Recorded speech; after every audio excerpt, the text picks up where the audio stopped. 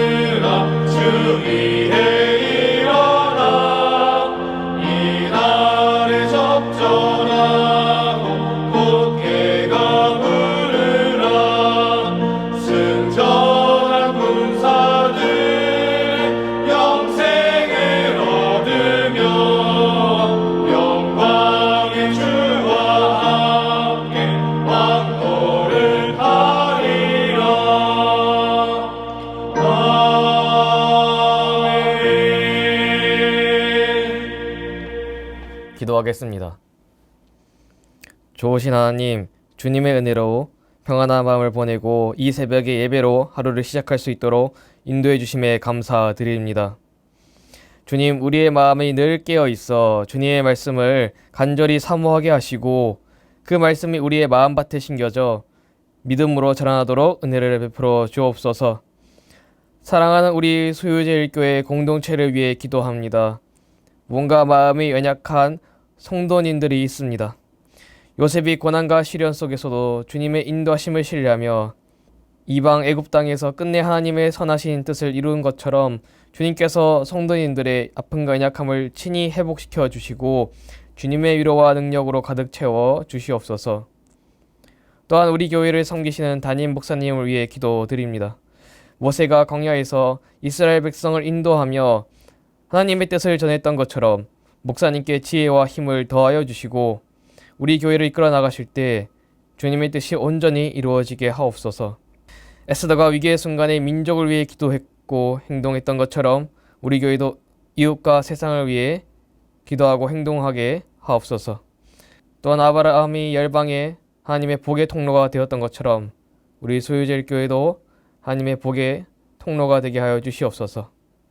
하나님, 부족한 종의 입술을 통하여 하나님의 말씀이 온전히 선포되어지길 원합니다.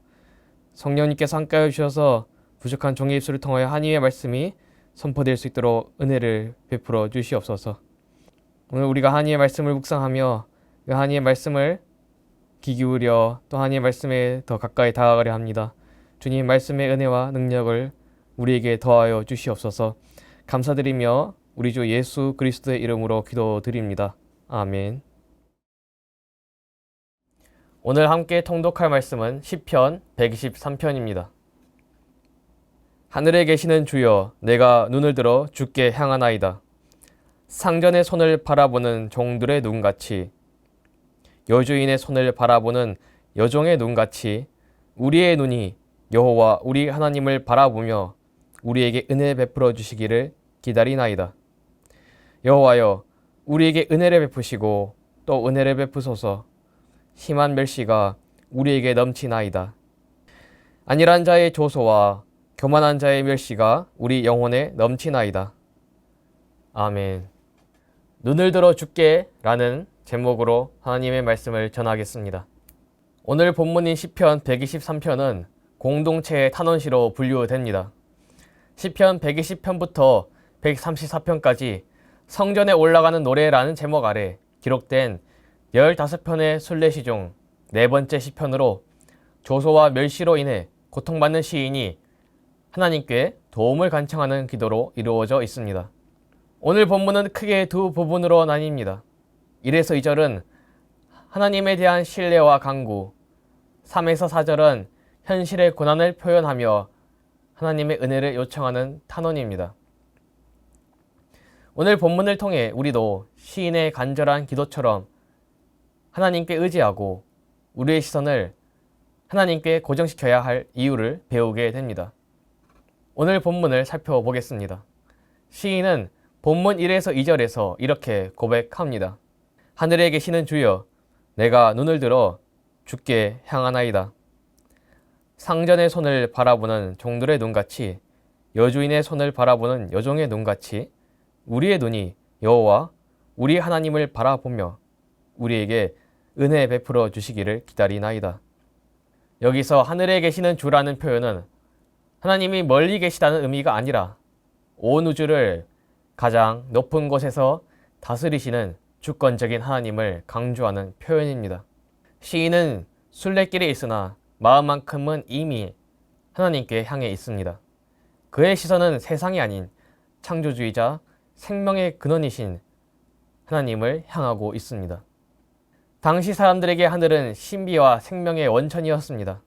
하늘에서 비가 내리고 햇빛이 비치며 천둥과 번개가 치는 자연현상이 일어났기 때문입니다.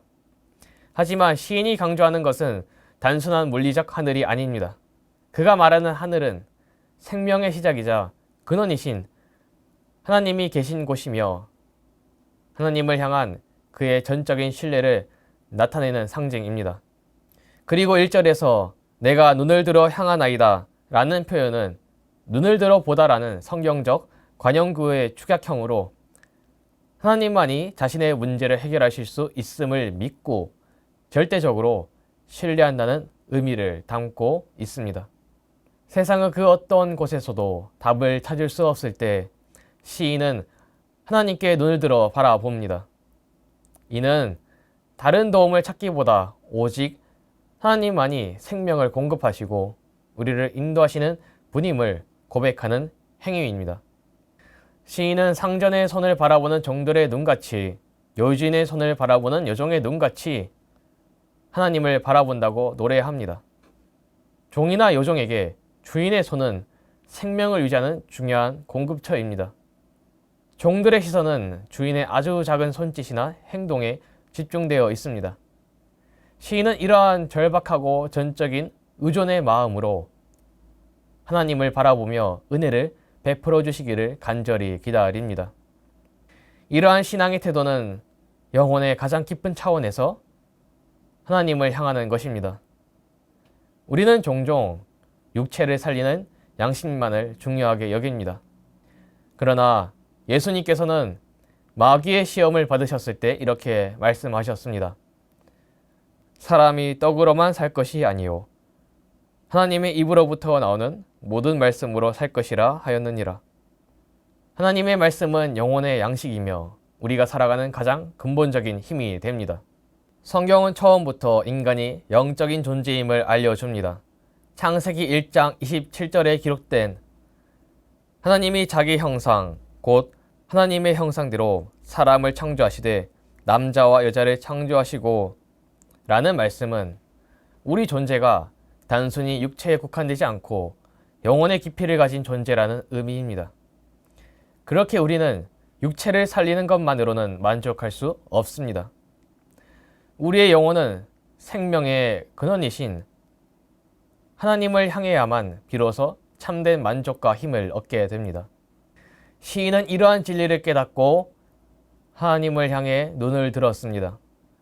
단순히 눈을 들어 바라본다는 것 이상으로 그는 자신의 영혼 깊은 곳에서부터 하나님의 은혜를 갈망하고 있습니다. 그의 기도는 단순한 신앙 행위가 아니라 생명을 살리는 하나님과의 깊은 교제입니다. 우리 역시 시인처럼 하나님을 향해 눈을 들어야 할 것입니다. 더 이상 세상에 기대는 것이 아니라 생명의 근원이신 하나님께 집중하며 주님의 은혜를 기다려야 마땅합니다. 하나님의 말씀에 더 깊이 귀 기울이고 영혼의 깊은 곳에서 하나님을 경험하며 살아가기를 원합니다. 시인은 오늘 본문 2절에서 하나님과 자신의 관계를 종과 상전, 여종과 여주인의 관계에 비유합니다. 시인은 이렇게 말합니다. 상전의 손을 바라보는 종들의 눈같이 여주인의 손을 바라보는 여종의 눈같이 우리의 눈이 여호와 우리 하나님을 바라보며 우리에게 은혜 베풀어 주시기를 기다리나이다. 당시 종들은 생계를 유지하기 위해 주인의 손짓 하나에 집중해야 했습니다. 주인의 손은 단순한 행동을 넘어서 그들의 삶을 좌우하는 명령과 공급의 상징이었습니다. 종들이 주인의 손길을 바라보는 그 모습은 단순한 관찰이 아니라 그들의 모든 주의력과 집중이 주인의 손에 맞춰져 있음을 의미합니다. 이는 절박함과 의존 그리고 신뢰가 어우러진 기다림입니다. 이 비유를 통해 시인은 하나님과의 관계를 보여줍니다. 시인은 전적으로 하나님께 의지하며 하나님께서 은혜를 베풀어 주실 때까지 그분만을 바라봅니다. 그의 기다림은 막연하거나 소극적인 태도가 아닙니다. 절박함과 간절함으로 하나님의 손길에 주목하고 주님의 은혜를 갈망하는 태도입니다. 고대 사회에서 종과 여종은 상전의 손길을 놓치면 생존 자체가 불가능했습니다. 그들은 주인의 작은 손짓 하나에도 민감하게 반응하며 필요한 모든 것을 의존했습니다. 마찬가지로 경건한 이들은 종종 종에 비유되고는 했습니다. 그들의 모든 삶은 주인이신 하나님께 맞춰져 있었고 주님만이 생명을 주시고 문제를 해결하실 수 있는 분임을 철저히 인식했습니다.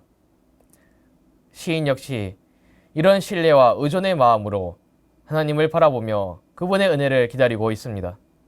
상전의 손을 바라보는 종들의 눈같이 여주인의 손을 바라보는 여종의 눈같이 우리의 눈이 여호와 우리 하나님을 바라보며 우리에게 은혜 베풀어 주시기를 기다리나이다. 이 구절은 시인의 마음속 깊은 갈망과 절박함을 그대로 보여줍니다.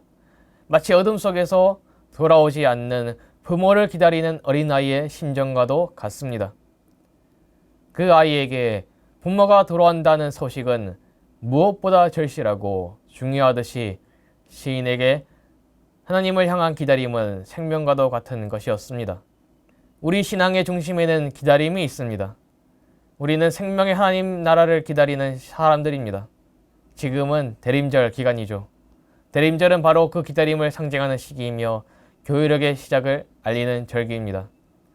교회력이 대림절로 시작된다는 것은 교회가 처음부터 예수님의 재림을 간절히 기다려왔음을 보여줍니다.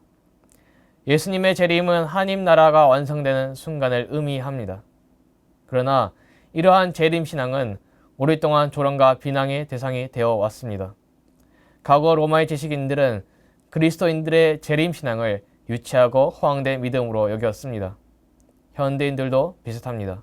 사실 주님의 재림을 기다린다고 말은 하지만 실제로는 우리가 그 기다림과 무관하게 살아가는 경우가 많습니다. 간절함이 사라졌고 기다림의 중요성을 잊은 채 일상을 살아가는 모습이 흔합니다. 이러한 현실을 실감하기 위해서는 죽음을 생각해 볼 필요가 있습니다. 죽음은 우리 모두가 피할 수 없는 인생의 마지막 순간입니다. 그럼에도 우리는 이 사실을 외면하며 살아갑니다. 죽음이 가까워지고 있음을 알면서도 여전히 더 많이 소유하려 하고 더 치열하게 경쟁하며 더 많은 것을 지배하려 애씁니다. 이런 모습은 기다림의 본질을 잃은 우리의 현실을 적나라하게 보여줍니다. 만약 일주일 후에 우리 한반도 전역을 강타하는 자연재해가 일어난다는 사실이 확실하다면 우리는 과연 무엇을 할까요? 그 순간을 준비하며 가장 중요한 일에 집중할 것입니다. 누군가를 미워하거나 경쟁하는 일 따위는 중요하지 않게 여길 것입니다. 그저 그 상황을 준비하며 대비하기에만 몰두할 것입니다. 우리의 인생도 마찬가지입니다. 우리는 진정 무엇을 기다리며 살고 있습니까? 하나님 나라의 완성과 주님의 은혜를 기다리며 살아가고 있습니까? 아니면 그저 세상의 일에만 몰두하며 살아가고 있습니까? 시인은 절박하고 간절한 심정으로 하나님을 기다립니다. 주님만이 생명의 주인이시며 우리의 삶을 인도하시는 분임을 믿기 때문입니다. 우리도 시인처럼 하나님을 바라보고 주님의 은혜를 간절히 기다리는 신앙의 태도를 회복해야 합니다. 시인은 종이 상전의 손을 바라보듯 하나님을 바라보며 주님의 은혜를 기다렸습니다. 우리의 시선도 하나님께로 향해야 합니다. 세상의 욕망과 불안을 내려놓고 하나님께 전적으로 의존하며 주님의 은혜를 기다릴 때 우리의 영혼은 진정한 만족과 평안을 경험하게 될 것입니다. 대림절은 단순한 기다림이 아니라 능동적인 기다림으로 보내는 시간입니다. 시인의 간절함을 본받아 우리도 하나님을 향해 눈을 들어 바라보며 주님께 집중하는 삶을 살아가야 할 것입니다. 다시 오실 주님을 기다리며 우리의 시선을 주님께 고정해야 할 것입니다. 시인은 오늘 본문 3에서 4절에서 하나님께 절박하게 은혜를 구하며 이렇게 노래합니다. 여호와여, 우리에게 은혜를 베푸시고 또 은혜를 베푸소서. 심한 멸시가 우리에게 넘치나이다. 안일한 자의 조소와 교만한 자의 멸시가 우리 영혼에 넘치나이다. 여기서 시인은 은혜를 베푸시고 또 은혜를 베푸소서라고 2번이나 반복해서 간구합니다. 이는 단순한 반복이 아니라 그만큼 시인의 상황이 절박하고 고통스럽다는 것을 나타냅니다. 시인은 하나님의 백성으로 살아가며 조롱과 멸시에 시달렸습니다. 그의 탄원은 마치 밖에서 괴롭힘을 당하고 돌아와 부모에게 하소연하는 아이와 같습니다. 고난과 아픔을 견딜 수 없기에 그는 하나님께 그 마음을 모두 쏟아놓고 있습니다. 시인이 말하는 안일한 자와 교만한 자는 하나님을 무시하며 오만하게 살아가는 사람들을 가리킵니다. 이들은 부유하고 평안하게 사는 듯 보이지만 그들의 삶은 하나님과의 관계에서 멀어져 있습니다. 이들의 조소와 멸시는 시인에게 영혼의 상처를 남겼고 시인은 그 고통이 우리 영혼에 넘치나이다 라고 고백합니다. 그러나 시인은 이 멸시와 고난 속에서도 하나님의 은혜만이 자신을 구원할 수 있음을 깨닫고 간절히 부르짖습니다. 어느 날 우리도 비슷한 상황에 처할 수 있습니다. 세상은 자신감과 자부심을 최고의 가치로 여깁니다. 하지만 시인은 이와 정반대의 길을 가고 있습니다. 그는 자신의 무능과 한계를 인정하고 하나님께 은혜를 구합니다. 왜냐하면 그는 2가지 진리를 알고 있기 때문입니다. 첫째로 모든 사람은 하나님의 은혜가 필요하다는 진리이고 둘째로 오직 하나님의 은혜만이 우리를 구원할 수 있다는 진리를 시인은 알고 있습니다. 우리는 과연 어떤 방식으로 기쁨과 평안을 누리고 있을까요?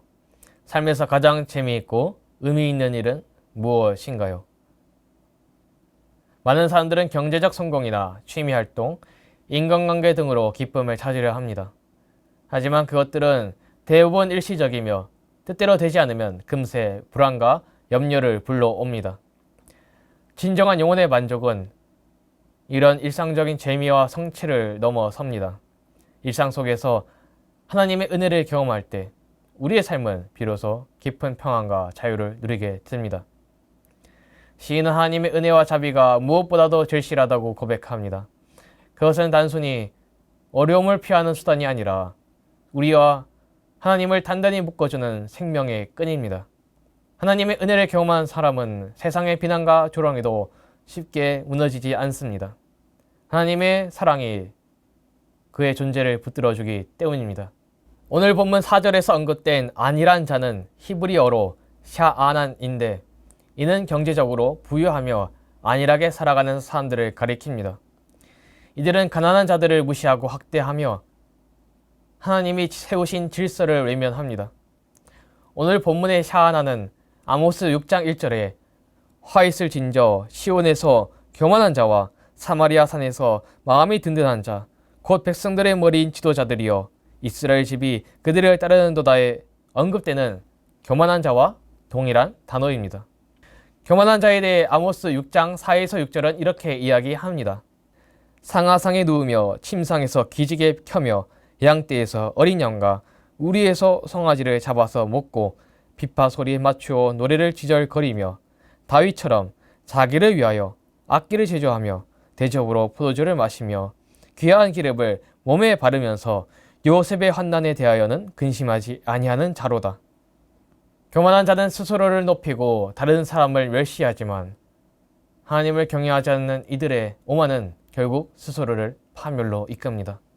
그러나 시인은 이 모든 상황 속에서도 하나님의 은혜만이 유일한 구원의 길임을 고백합니다. 세상의 조롱과 멸시에 굴복하지 않고 오히려 주님의 은혜를 간절히 구하며 하나님과의 특별한 관계 속으로 나아갑니다. 시인은 모든 것을 내려놓고 하나님께 외칩니다. 여호와여, 우리에게 은혜를 베푸시고 또 은혜를 베푸소서. 이 기도는 절박한 심정이 담긴 진정한 믿음의 고백입니다. 신약 성경에서 이와 비슷한 이야기가 나옵니다. 누가복음 17장에서 10명의 한센병자들은 예수님을 향해서 이렇게 외쳤습니다. 예수 선생님이여, 우리를 불쌍히 여기소서. 이 고백은 시편 123편의 시인의 기도와 다르지 않습니다. 예수님은 자비와 은혜의 주님이시기에 예수님께 부르짖는 자는 누구나 치유와 회복을 경험하게 됩니다. 오늘 우리는 시인의 심정을 품어야 합니다. 세상의 멸시와 조롱 속에서도 하나님의 은혜를 간절히 구하는 기도야말로 우리를 진정한 생명과 평안으로 인도하는 길입니다. 그 은혜를 통해서만 우리의 영혼은 충만하게 되고 삶의 모든 순간이 빛으로 물들게 될 것입니다. 오늘 본문은 시종일관 눈에 대해 이야기합니다. 나의 눈, 종들의 눈, 여종의 눈, 우리의 눈이 등장하며 이 눈은 주의력과 집중력을 상징합니다. 그렇다면 지금 우리의 눈은 어디를 향하고 있습니까? 시인의 눈은 세상의 것을 바라보지 않고 하늘에 계신 하나님을 향하고 있습니다. 본문에서 시인은 은혜를 3번이나 언급합니다. 그는 오직 하나님의 은혜를 간절히 바라며 묵묵히 기다립니다.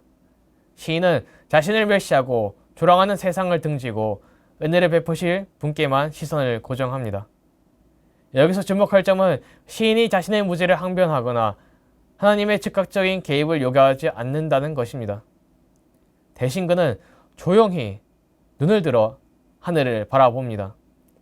이 행동은 다른 모든 구원의 수단을 포기하고 오직 하나님만을 신뢰하는 태도를 보여줍니다. 시인 눈을 들어 하늘 보좌에 앉으신 하나님을 바라보는 것은 세상의 조롱과 멸시에 대한 순례자들의 대답입니다. 순례자들은 세상에서는 찾을 수 없는 소망을 하늘의 왕께 기대고 있습니다. 그들이 간절히 구하는 것은 하나님의 은혜입니다. 우리는 흉악하고 고통스러운 세상 속에서 살아가며 우리에게 하나님의 은혜만이 유일한 소망이 됩니다. 세상의 멸시로부터 눈을 돌려 그 세상을 다스리시는 하나님을 바라볼 때 우리는 세상을 이기는 하나님의 은혜를 발견하게 됩니다.